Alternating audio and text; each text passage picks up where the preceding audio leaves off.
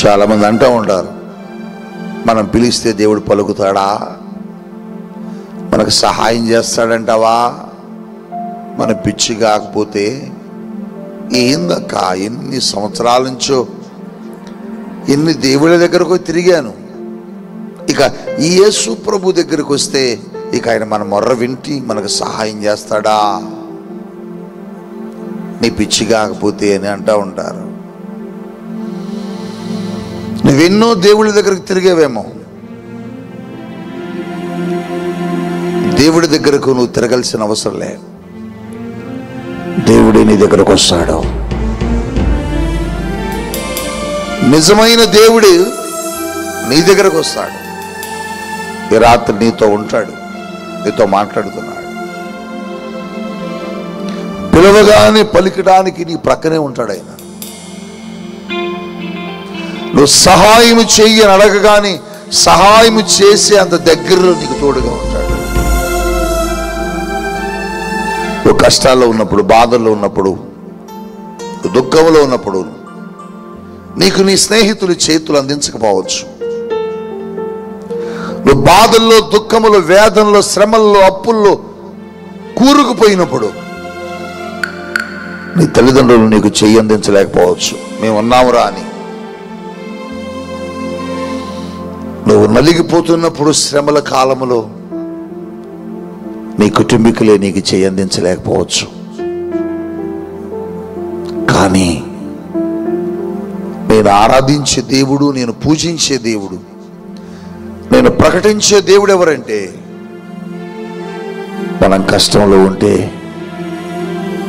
మనకు చెయ్యి అందించే దేవుడు అండి. మనకు శ్రమల్లో కూరుకుపోతుంటే మనకు సహాయం చేసే దేవుడు. నమ్మట్లేదా? నమ్మకం కలగట్లేదా? అయితే రండి, వాక్యం దగ్గరికి మిమ్మల్ని తీసుకువెళ్తాను, వాక్యం లోపలికి తీసుకుని వెళ్తాను. జాగ్రత్తగా వినండి. యేసుక్రీస్తు ప్రభువారు సజీవుడిగా, శరీరధారుడుగా ఈ భూమి మీద ఉన్నప్పుడు ఆయన్ని కొద్దిమంది శిష్యులు వెంబడించారు. ఆయన పిలుచుకొని, ఆయన పరిచర్య కొరకై నియమించుకొని వారిని సేవలో నడిపించాడు. ఒక రోజున యేసు ప్రభువారు వారిని సముద్రపు అద్దరి భాగానికి వెళ్ళమని ఆయనే చెప్పాడు. ఆయన మాట విన్నటువంటి వాళ్ళు ఆ సముద్రములో ప్రయాణించటానికి ఒక దోణిను తీసుకొని ఆ దోణిలో వారు ప్రయాణం చేయటం ప్రారంభించారు. ఎప్పుడైతే దోణిలో ప్రయాణిస్తున్నారో యేసుక్రీస్తు ప్రభువుల వారు ఆ కొండ భాగములో, అరణ్య ప్రాంతములో, సముద్రానికి దగ్గర ఆయన ఏకాంత ప్రార్థనకు వెళ్ళారు. ఆయన ప్రార్థనలో గడుపుతూ ఉండగా వీరు ప్రయాణమై వెళుతున్నారు. సముద్ర మధ్య భాగానికి వారి దోణి చేరింది. ఆ సముద్రం మీదకి ఒక పెద్ద గాలి,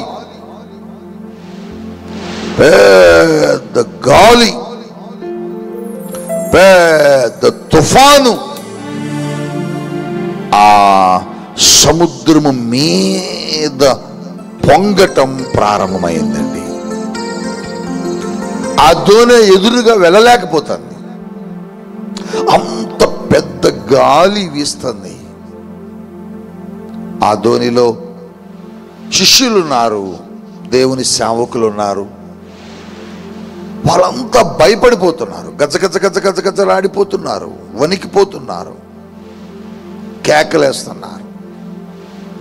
ఎప్పుడైతే కేకలు వేయడం ప్రారంభించారో వారి కేకలు దేవుని సన్నిధికి చేరాయి.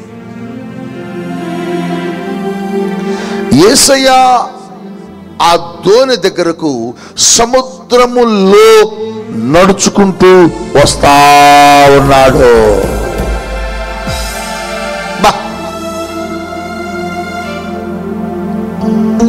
లిసన్ కేర్ఫుల్లీ, జాగ్రత్తగా వినాలి ఈ మాటలు. సముద్రము మీద యేసు నడుచుకుంటూ వస్తున్నారు.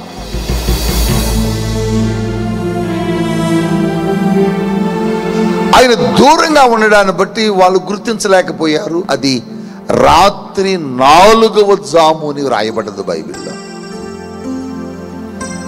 రాత్రి 4వ జాములో మనిషిని గుర్తించలేని చీకటి, బాగా మసకగా ఉంటది. ఈయన తెల్లని వస్త్రాలు వేసుకుని రావడాన్ని బట్టి వాళ్ళు కన్ఫ్యూజ్ అయిపోయి భయపడిపోతూ కేకలేస్తున్నారు. ఏమని? వస్తున్నది యేసు అని తెలియక భూతమేమో దెయ్యమేమో అని కలవరపట్టం ప్రారంభించి కేకలేస్తున్నారు. అప్పుడు ప్రభు అన్నారు, భయపడొద్దు శిష్యులారా, నేనే మీ యేసుని అన్నాడు.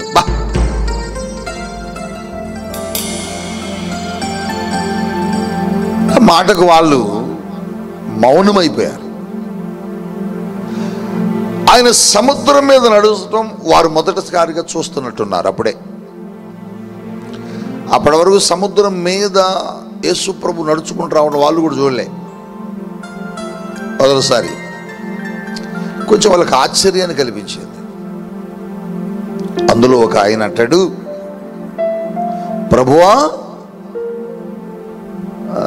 నువ్వేనా అని అడిగాడు. యా నేనే. నువ్వే అయితే నేను నీళ్ళ మీద నువ్వు నడిచినట్టే నేను కూడా నడవాలన్నాడు. అయితే నడువు అన్నాడు. ఆ నడవాలి అని అడిగిన వ్యక్తి పేరు పేతురు. అయితే నడువు అన్నాడు. పేతురు దోణిలో నుంచి కాలు పెట్టి సముద్రం మీద నడుస్తున్నాడు. హల్లెలూయా.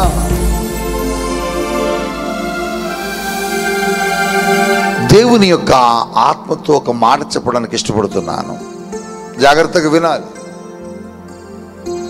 పేతురు సముద్రం మీద నడుస్తున్నాడు. మీకు వాక్యం జ్ఞాపకం ఉందా? పాత నిబంధన చరిత్రలో మోషే ఇశ్రాయేలీయులను తీసుకుని వస్తున్నప్పుడు వారికి సముద్రం అడ్డొచ్చినప్పుడు, ఈ సముద్రం మాకు అడ్డుగా ఉంది ప్రభువా అని అడిగినప్పుడు దేవుడు ఆ సముద్రాన్ని 2 పాయలు చేశాడు. పాత నిబంధనలో వారు సముద్రము చీలగా సముద్రము లోగుండా నడుచుకుంటూ వెళ్ళిపోయారు. నా మాట మీరు బాగా వినాలి.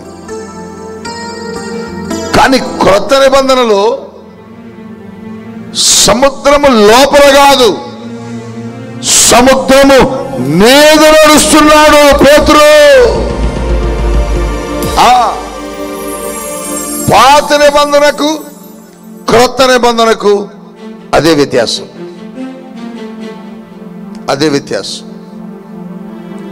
అంటే దేవుని శక్తి, దేవుని బలం విశ్వాస జీవితంలో దేవుడు కనబరచడానికి అంత ఇష్టపడుతున్నట్టున్నాడు. అబ్బా,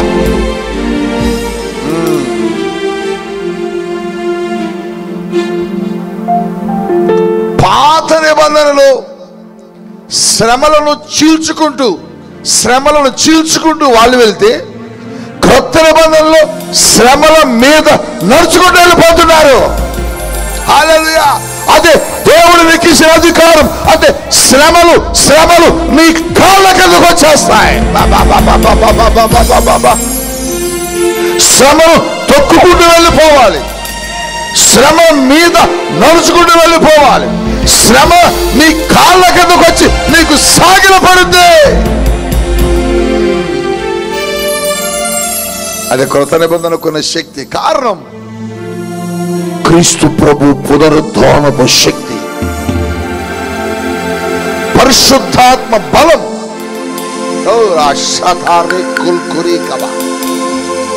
రాత్రి దేవుడితో మాట్లాడుతున్నాడు. సరే, 4 అడుగులు వేసినట్టున్నాడు మనోడు పేతురు గారు. ఆ 4 అడుగులు అయిపోయాక ఎందుకును దృష్టి మలిచి ఆ గాలి వైపు సముద్రం వైపు చూశాడు. ఆయన అనుకున్నాడేమో, అక్కడ రాయబడలే, అమ్మో ఈ గాలి, సముద్రం, ఈ చీకటి, దీని మీద నేను ఒకవేళ నడుస్తూ మునిగిపోతే అని అనుకుని ఉంటాడు. ఎప్పుడు అనుకున్నాడో ఊరాషాఖాలారా, మళ్ళా పరిశుద్ధాత్మ దేవుడు మరొక మాట చెబుతున్నాడు స్పిరిట్ లో. ఎప్పుడు అనుకున్నాడో అప్పుడే మునిగిపోవడం ప్రారంభమయ్యాడు. Listen carefully. మళ్ళీ పరిశుద్ధాత్మ నాతో మాట్లాడుతున్నాడు. జాగ్రత్తగా ఈ మాట కోడ్ చేయండి, కోడ్ చేసుకోండి, నోట్స్లో రాసుకోండి. నువ్వెప్పుడు అవిశ్వాసముతో ఏది నాకు జరుగుద్ది అని అనుకుంటావో అదే నీకు జరుగుద్ది.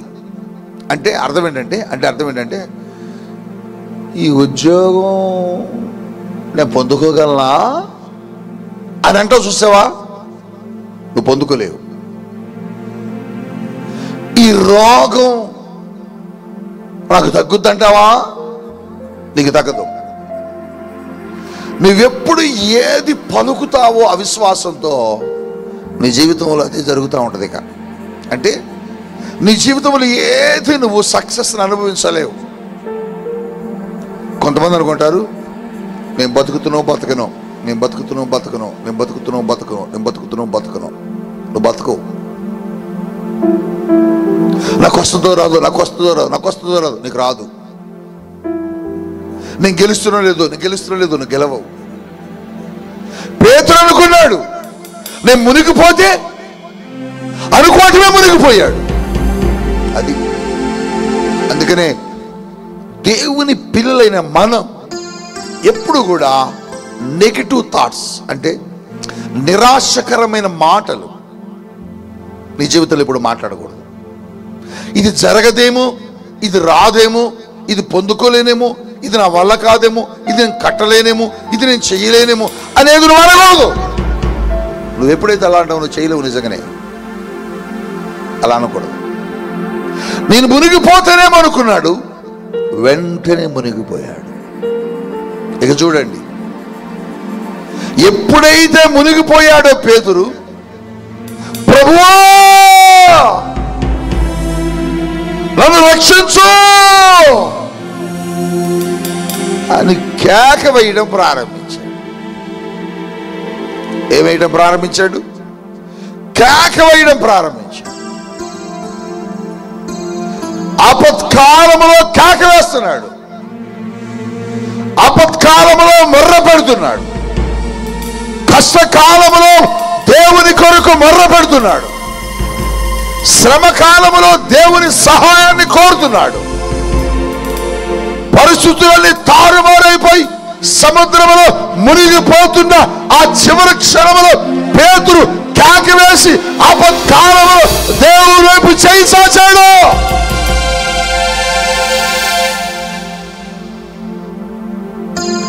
మరి నా బైబిల్లో ఏముందో చదువుతాను. మత్తయి సువార్త 14వ అధ్యాయం 28వ వచన భాగం నుండి చదువుతాను. మీ బైబిల్ ఉంటే చూడండి, లేదంటే నా మాటలు వినండి. పేతురు, ప్రభువా నీవే అయితే నీళ్ల మీద నడిచి నీ యొద్దకు వచ్చుటకు నాకు సెలవీయమని ఆయన నాన్నెను. ఆయన రమ్మనగానే పేతురు దోణి దిగి యేసు వద్దకు వెళ్ళుటకు నీళ్ల మీద నడిచెను. గాని గాలిని చూచి భయపడి మునిగిపోసాగి ప్రభువా నన్ను రక్షించమని కేక వేసెను. అక్కడతో ఆగండి. కేక వేయగానే ఆ తర్వాత రాయబడిన మాట ఏంటంటే, వెంటనే యేసు చెయ్యి చాపి ఈ మాట మీ బైబిల్లో అండర్లైన్ చేసుకోండి. వెంటనే వెంటనే వెంటనే ఎప్పుడైతే పేతురు కష్టంలో ఉండి, శ్రమలో ఉండి, బాధలో ఉండి, దుఃఖంలో ఉండి, ఆవేదనలో ఉండి, కృంగిపోయి భయంకరమైన పరిస్థితుల్లో ఆపత్కాలంలో కేక వేశాడు, దేవుడు వెంటనే పేతురు కొరకు చెయ్యి చాచడం ప్రారంభించాడు.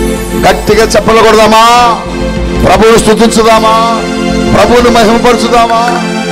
పేతురు పిలిచిన ఎప్పటికో కాదు, పేతురు కేక వేసిన ఎప్పటికో కాదు, పేతురు కష్టదినాల్లో అయిపోయాక కాదు, పేతురు పిలిచిన 10 రోజులకు కాదు, పేతురు పిలిచిన నెల రోజులకు కాదు, పేతురు పిలిచిన సంవత్సరానికి కాదు, పేతురు కష్టంలో ఉండి ఎప్పుడైతే కేక వేశాడో, ఎప్పుడైతే పిలిచాడో, ఎప్పుడైతే ప్రార్థన చేశాడో, ఎప్పుడైతే చెయ్యి చాచి ప్రభువా అని అడిగాడో, వెంటనే యేసు తన చెయ్యిని చాచి పేతురికి అందించాడు. రాత్రి దేవుడు నీతో మాట్లాడుతున్నాడు. నువ్వు కష్టంలో ఉంటే, నువ్వు ఆపదల్లో ఉంటే, నువ్వు బాధల్లో ఉంటే, నువ్వు సమస్యలో ఉంటే, నువ్వు వేదనలో ఉండి దేవుని వద్దకు వచ్చి కేక వేసి నాకు సహాయం చెయ్యయ్యా అని అడిగితే, నీకు సహాయం చేయడానికి నెల రోజుల తర్వాత కాదు, సంవత్సరం తర్వాత కాదు, లేకపోతే ఇంకొక రోజు తర్వాత కాదు. యేసుక్రీస్తు ప్రభువులో ఉన్న ప్రత్యేకత ఏంటంటే వెంటనే నీకు చెయ్యి చాచుతాడు, వెంటనే నీకు సహాయం చేయడానికి చెయ్యి చాచే దేవుడు, వెంటనే నీకు సహాయం అందించడానికి చెయ్యి చాచే దేవుడు, వెంటనే నీకు చెయ్యి చాచి నిన్ను ఆ పరిస్థితుల్లో నుంచి లేవనెత్తే దేవుడు యేసుక్రీస్తు ప్రభువారు. రాత్రి లైవ్ లో ఎన్ని కుటుంబాలు ఉన్నాయి, ఎంతమంది దేవుని బిడ్డలు ఉన్నారు, ఎంతమంది దేవుని పిల్లలు ఉన్నారు. దేవుడు నీతో మాట్లాడుతున్నాడు. దైవజనుడా, దైవజనాంగమా, దేవుని బిడ్డలారా, నువ్వు కష్టాల్లో ఉంటే, నువ్వు మొర్ర పెడితే నీకెప్పుడూ జవాబిచ్చేవాడు కాదు నాన్న. నువ్వు మొర్ర పెట్టి నాకు సహాయం చెయ్యా అంటే నీకు సంవత్సరానికి వచ్చి నీ దగ్గరకు వచ్చేవాడు కాదు బిడ్డ. దావీదంటున్నాడు, ఆపత్కాలములో నేను నీకు మొర్ర పెట్టగా నాకు ఉత్తరం ఇచ్చావయ్యా. విశ్వే, ఆపత్కాలంలో తన బిడ్డలు మొర్ర పెడితే దేవుడు దూరంగా ఉండేవాడు కాదు. కష్టకాలములో తన బిడ్డలు కేకలు వేస్తుంటే దూరముగా ఉండి చూస్తూ కూర్చున్న దేవుడు కాదు. శ్రమ దినములలో నువ్వు కృంగిపోయి కేకలేస్తూ సహాయం కొరకు అర్జిస్తున్నప్పుడు ఆయన వినకుండా మౌనమైపోయి కూర్చోడానికి ఆయన రాయి కాదు, రప్ప కాదు, చెట్టు కాదు, పుట్ట కాదు. ఒకవేళ ఇప్పటి వరకు రాళ్లను, చెట్లను, పుట్లను, మాటలాడలేని వాటికి సాగిలపడ్డావేమో, పిలిచావేమో, సహాయం కోసం అర్రులు కాచి ఎదురు చూసావేమో, అర్జించావేమో. ఆ రాయి దగ్గర కూర్చొని పూజలు చేశావు, ఆ బొమ్మ దగ్గర కూర్చొని పూజలు చేశావు, ఆ చెట్లకు సాగిలపడి పూజలు చేశావు, ఆ సూర్యుడికి సాగిలపడి నమస్కారాలు చేశావు.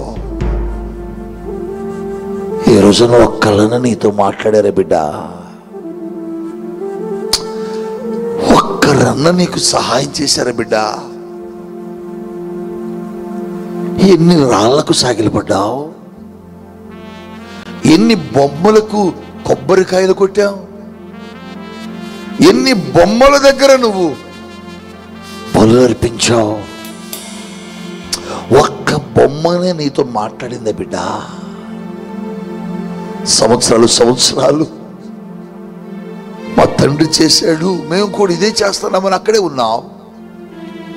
మా ముత్తాతలు చేశారు, మా తాతలు చేశారు, మేము కూడా ఇక్కడే ఉన్నామని అక్కడే ఉంటున్నాం.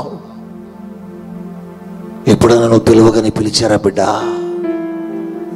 ఎప్పుడైనా నువ్వు కేక వేయగానే నీకు జవాబిచ్చారా బిడ్డ? ఎప్పుడైనా నువ్వు శ్రమలో ఉన్నప్పుడు కేకలు వేయగా, నువ్వు పిలువగా నీ ప్రశ్నకు లేకపోతే నీ సహాయం, నీ యొక్క సమస్యకు స్పందించి ఎప్పుడైనా నీ దగ్గరకు వచ్చి సహాయం చేశారా బిడ్డ? లేదో. ఎన్నిసార్లు పిలిచావో ఒక్కసారైనా నీకు చెయ్యి అందించాడా నువ్వు ఆరాధించిన దేవుడు? ఎప్పుడైనా నువ్వు పిలిచి కేక వేసి సహాయం చెయ్యాయా అని నువ్వు చేతులు చాచితే నీ చెయ్యిని ఏ దేవుడైనా ముట్టుకున్నాడా? లేరు. కానీ నా ప్రభువు, నా దేవుడు, నా రక్షకుడు, మన సజీవుడైన దేవుడు, ఆయనలో ఉన్న ప్రత్యేకత ఏంటో తెలుసా? వెంటనే యేసు చెయ్యి చాచి పేతురికి ఇచ్చాడు. ఏం కావాలండి మనకింకా? నువ్వు కష్టంలో ఉండి చూసిపోయే దేవుడు కాదు. నువ్వు బాధలో ఉంటే, కృంగిపోయి ఉంటే నిన్ను విడిచిపెట్టి వెళ్ళిపోయే దేవుడు కాదు. ఈ రాత్రి ఏ సమస్యతో బాధపడుతున్నావా? ప్రభువా నన్ను రక్షించువా అని నువ్వు అడిగితే వెంటనే తన చెయ్యి చాచి నీకు సహాయం చేసే దేవుడు. ప్రభువా నా బిడ్డను బాగు చేయవా అని అడిగితే వెంటనే చెయ్యి చాచి నీ బిడ్డను బాగు చేసే దేవుడు.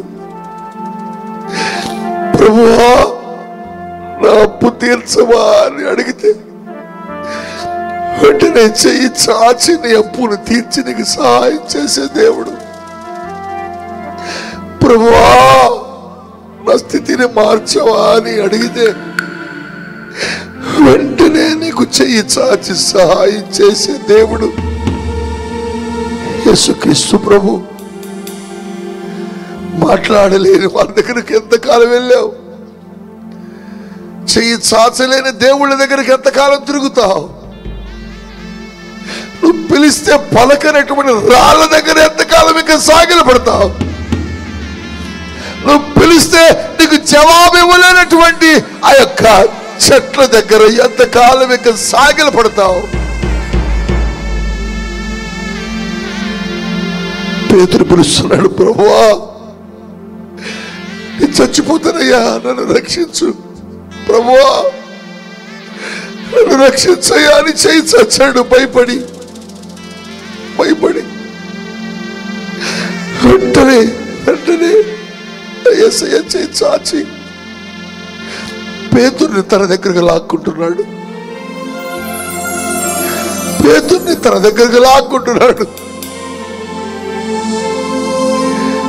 రాత్రి వాక్యం వింటున్న ప్రియ దైవ జనాంగమా,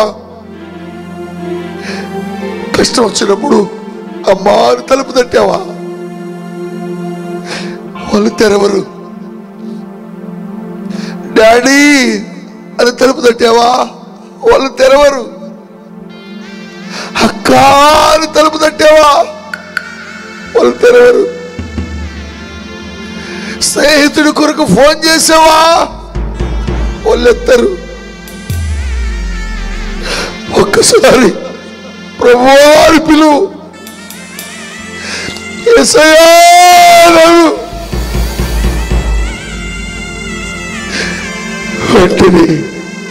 వెంటనే నీకు సహాయం చేయడానికి చేయి చాచి దేవుడు, నేను ఆ శ్రమలో నుంచి లేవనెత్తడానికి చేయి చాచి దేవుడు. ఈ రాత్రి నీ ముందే ఉన్నాడు బిడ్డ, నీతో మాట్లాడుతున్నాడు. దావీదు అదే అంటాడు, నేను ప్రార్థించిన ప్రతిసారి నాకు జవాబిచ్చావయ్యా, నాకు సహాయం చేశావు. నేను కేక పెట్టిన ప్రతిసారి నా దగ్గరకు వచ్చావు, ఎవరు రాలే కన్ను వచ్చావని దావీదు తన కీర్తనలో రాస్తున్నాడు. ఆపత్కాలము నేను మొర్ర పెట్టగా నా మొర్రను విన్నావు, నాకు సహాయం చేసావంటున్నాడు. సహాయం చేసే దేవుడు యేసయ్యా. ఈ రాత్రి ఏ కష్టంలో ఉన్నావు, ఈ రాత్రి ఏ దుఃఖంలో ఉన్నావు, ఈ రాత్రి ఏ బాధలో ఉన్నావు బిడ్డ? ఒంటరిగా ఉన్నావా?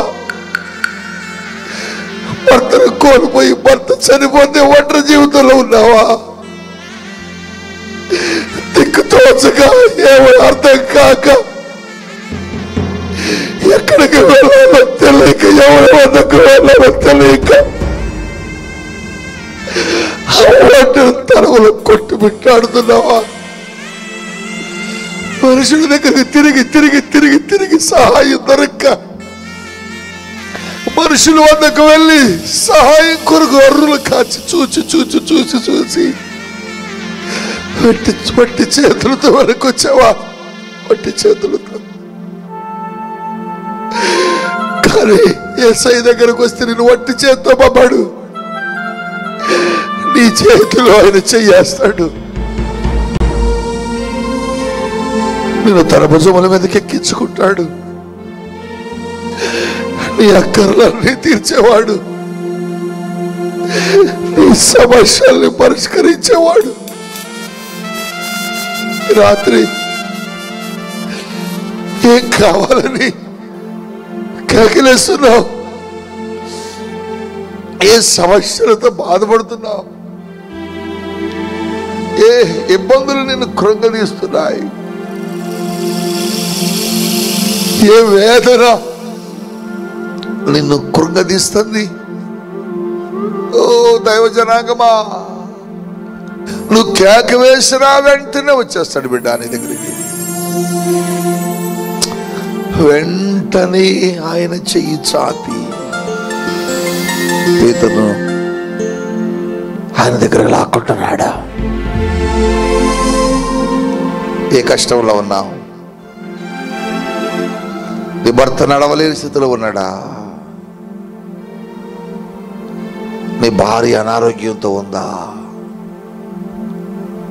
నీ బిడ్డల వివాహాలు కాక బాధపడుతున్నావా?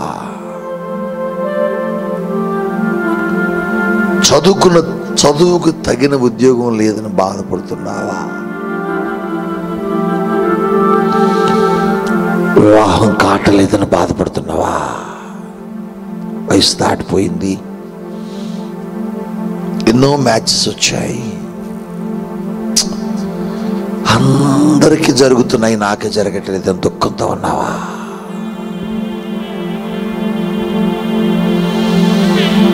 వివాహమై చాలా సంవత్సరాలు గర్భఫలము లేక నన్ను అందరూ గొడ్రాలా అంటున్నారు. ఇంకా ఎంతకాలం నేను ఈ గొడ్రాలుగా బ్రతకాలనుకుంటున్నావా? యేసయ్యా, ప్రభువా, నాకు సహాయం చెయ్యని ఈ రాత్రి నువ్వు అడిగితే వెంటనే నీ కొరకు చేయి చాచి కార్యం చేస్తాడు.